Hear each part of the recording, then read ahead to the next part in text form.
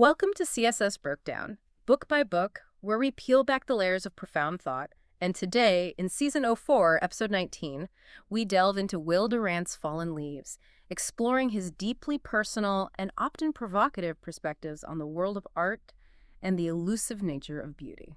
Yeah, get ready to unpack some truly fascinating insights. Absolutely, from a mind that really sought to synthesize just vast amounts of knowledge. It's definitely a deep dive that promises to challenge our assumptions. Mm. I mean, especially coming from someone who admits to speaking out of a bottomless well of ignorance and prejudice on this very subject. Right. So we'll be navigating Durant's, well, very candid and often surprising reflections on why we create art, what beauty really means, and how he saw the art movements of his own time. With all their, as he put it, flaming nonsense and discarded hardware.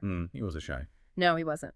So what exactly compels someone to devote years to creating art, and how does a great historian, someone steeped in the past, grapple with what he saw as a revolt against beauty in his own era? Let's unpack this. Okay, so what's really fascinating right from the start is how Durant positions himself.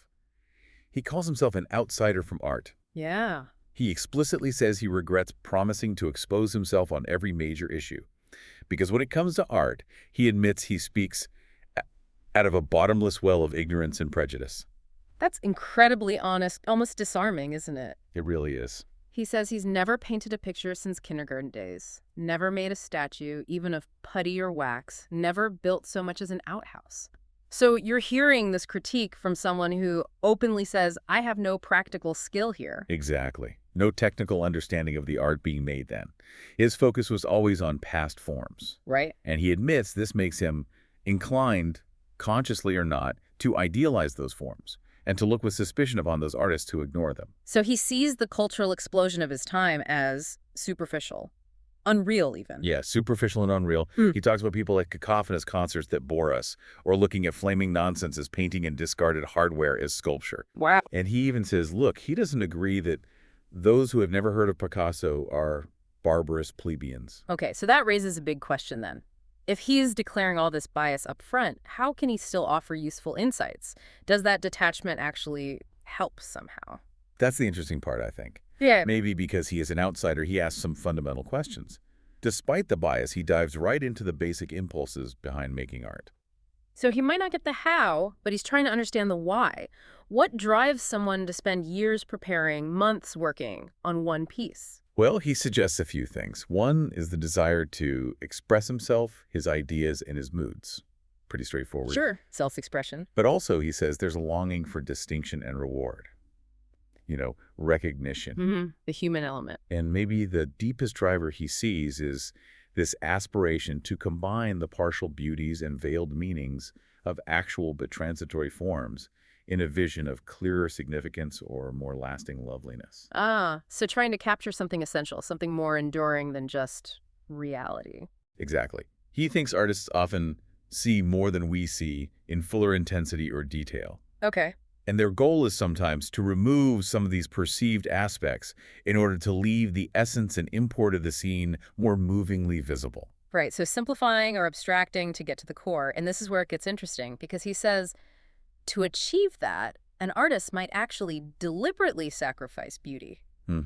He gives examples like the distorted figures as in El Greco or Modigliani. Those elongated, sometimes unsettling figures. Yeah.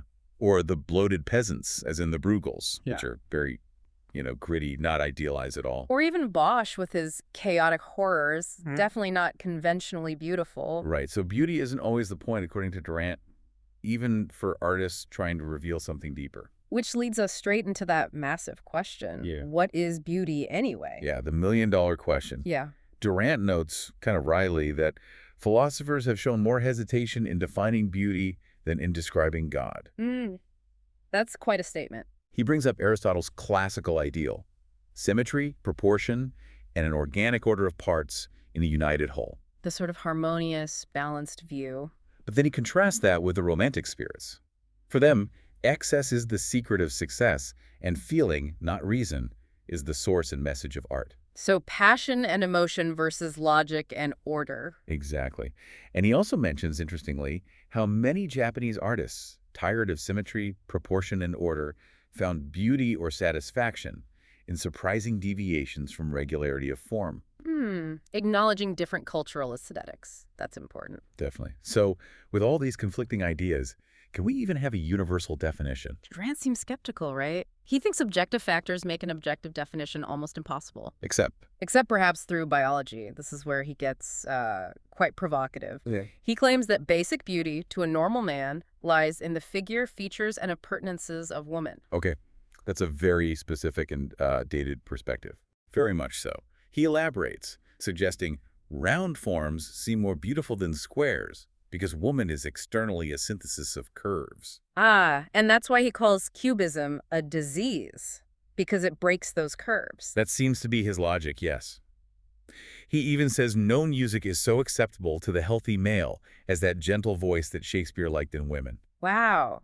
Okay, so he traces this biological origin outwards. He does. First to secondary sources, things that remind us of woman through smooth surfaces, graceful proportions, bright colors, fragrant odors, or melodious sounds, like clothing, statues, paintings, music. I see the connection he's trying to make, and then tertiary sources. Yeah, things like softer forms of nature-peaceful landscapes, rounded hills, and babbling streams, again, emphasizing curves and gentleness. And he links male admiration for strength to appreciating big buildings or mountains. That's the flip side, he suggests.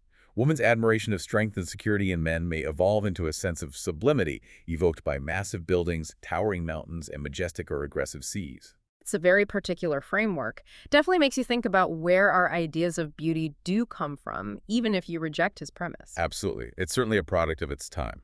So, armed with this, well, unique view of beauty, he looks at the art of his own time. And he's not happy, is he? No, not at all. He describes himself as a romantic soul, struggling to be classical.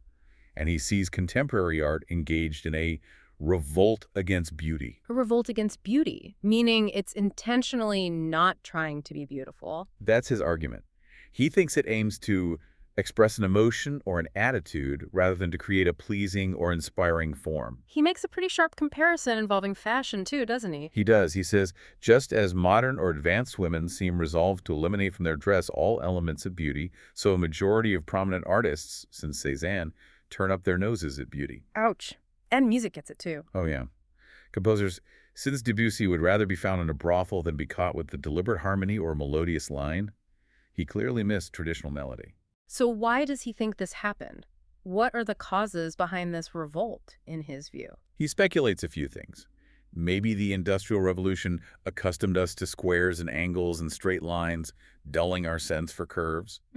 Interesting thought. Or maybe democracy leveled Western man's aesthetic sense to a common denominator that envies force and is dull to charm. A bit elitist, perhaps, but that's his take. And then he points to what he calls the Rousseauian and individualist revolt against civilization, rejecting reason and control. This, he thinks, led to a fanciful cult of barbaric forms, and this idolatry of the new becoming the worship of the bizarre. He really saw it as a breakdown of order. He even quotes Dostoevsky, right? The Karamazov idea? Yeah, echoing Ivan Karamazov. If there are no rules, standards, or models, I can offer anything as art, however formless it may be. Basically, anything goes, no skill required. I need not study drawing, since shapeless colors suffice to impress the common eye and bilk the millionaires. Right, and then that really strong conclusion. In art, as in morals, the Bolsheviks have won.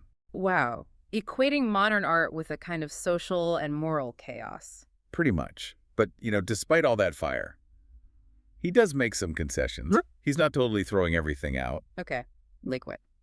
He admits change and experiment are essential to development. He gets that. And he says he can sympathize with the new art's unwillingness to go on painting landscapes, pretty faces, and moneyed heads. So he understands the desire to move beyond the same old subjects. He gets why artists might be sick of hearing about Michelangelo, Raphael, and all the old masters. Exactly. He acknowledges they've had enough of gods, popes, saints, generals, and statesmen, even of shapely ladies flaunting their petticoats from a swing. He sees the need for something new. But there's always a but with Durant here, isn't there? There is. He immediately criticizes the rebels, who carry their revolt against tradition and imitation to a riot of innovation for its own sake. Innovation just for novelty's sake. Right. They mistake novelty for beauty, and they reduce all forms to cubes, or all painting to points, or all reality to surrealist dreams, or all sculpture to collages of prosaic hardware, or clumsy masses of metal or stone. So it's the kind of innovation he objects to, the lack of underlying structure or meaning. Precisely. He describes abstract art that seems to shun every form, follow no logic or theme, communicate no meaning, and dismay his soul. But he does see value in some abstract art, doesn't he? Like Islamic art. Yes, that's a key distinction. He finds beauty in the abstract art of an Islamic rug or mihrab because there's a line or theme can be followed. It have order. And Chinese abstract art, too. Same idea. He says it has a formal structure and a decorative worth. So his bottom line is, any art that has no ruling form is the empty vanity of an undisciplined mind. Form is paramount for him. Absolutely.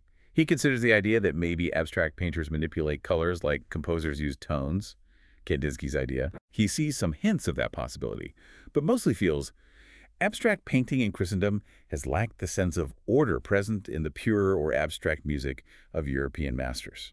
Which brings us back to music. He sees structure even in abstract classical music. Yes. He argues that while Bach fugues or Mozart sonatas might not tell a story or have meaning in a literal sense, they do transmit a feeling. An emotional resonance. And crucially, he says, a fugue has form, a logical basis, structure, and development, like a missile in its origin, composition, and flight. Okay, so there's an internal logic, a structure you can follow, even without a narrative. Exactly, which leads him to his big conclusion. And the essence of art, as a beauty, lies not in content or elements, but in structure and form. That really seems to be his anchor through all of this. Structure and form above all. It absolutely is. So how does this play out when he looks at specific artists or buildings from his time? Does he find anything modern that meets his criteria? He does, actually. He says he responds with enhancement of life to quite a bit of art since Rodin and Cézanne. So it's not all bad news. Okay. He sees grandeur in the sculpture of Ivan Mitrovica, feels the force of Jacob Epstein's Colossi, though he admits he shudders at the distortions of Henry Moore. So some modern sculpture works for him, some doesn't. What about painting? Cézanne, Picasso. He sees experimental value in Cézanne's distortions and can, with some effort, adjust himself to his slopes and spirals, his cylinders, cones, and cubes. He's trying, at least with Cézanne. Yeah. Yeah. And Picasso, he kind of gives a backhanded compliment. When he is not cousining collectors, can excel at will in a dozen varieties of art. Implying Picasso could be great in a traditional sense if he wanted to. Pretty much. The artists he praises most highly are actually the Mexican muralists, Rivera, Orozco, Siqueiros. Why them, do you think? Because they announce their ideology in powerful masses of color and form. There's structure, there's clear communication, even if it's political. That fits his criteria. But then he goes right back to sharp critique with someone like Modigliani. Oh, yeah. No holding back there. When I look at poor Modigliani's hideous figures, I sniff the odor of decay. I am not sick enough to like sick art. Blimey. Okay, what about architecture? Does modern building design fare any better? Generally, yes. He says he likes the architecture of his age, mostly. Mostly. What are the exceptions? Houses shoddily flimsy or precariously poised, and churches whose bizarre forms arouse more wonder than worship. He even wonders if the horizontal or wavering platitudes of some modern churches reveal a hopelessness of finding God in the skies, linking form to spiritual feeling again. But skyscrapers, he liked those. Loved them. He didn't just see them as monuments to mammon, to money. He saw them as science graduating into art. Science becoming art. Yeah, lusty challenges to gravity, using calculation and engineering to create something powerful. He even rated the Empire State Building as equal to Chartres Cathedral. Wow, that's high praise. Though not quite Notre Dame for him.